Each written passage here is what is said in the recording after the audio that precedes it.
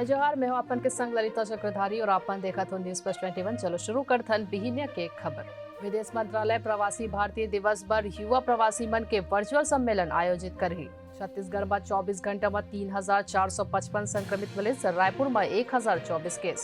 Chhattisgarh high court फेर हुई बंद, 11 जनवरी ले होगी वर्चुअल सुनवाई, काउंटर के जरिए दायर हुई नवा याचिका। दिल्ली एनसीआर में बारिश शुरू, कई इलाकन में हुई जल भराव। तमिलनाडु में कोरोना के बढ़त मामला ला देखत हुए आज लगी लॉकडाउन। हरियाणा के डिप्टी सीएम दुष्यंत चौटाला हुई से कोरोना पॉजिटिव। देश में 24 घंटा में ही 1.50 लाख ले ज्यादा केस, 324 के हुई मौत। दिल्ली सरकार हर सोमवार ले कोविड बूस्टर डोज के तैयारी करे। पंजाब में 14 फरवरी के डाले जाही वोट, 117 सीट पर एक ही चरण में होही मतदान। सोनीपत में सेना के जवान पर रॉड ले हमला, 30,000 रुपए और सोना के चैन लूट कर फरार हुई आरोपी। ऐसे ही तमाम जानकारी ले लगातार अपडेट रहे बर हमारे चैनल ला लाइक और सब्सक्राइब करना जन भूलो। नोटिफिकेशन पर बेल आइकन ला कल दबाओ। देखत रहो न्यूज़ प्लस 21, आप मन के बात।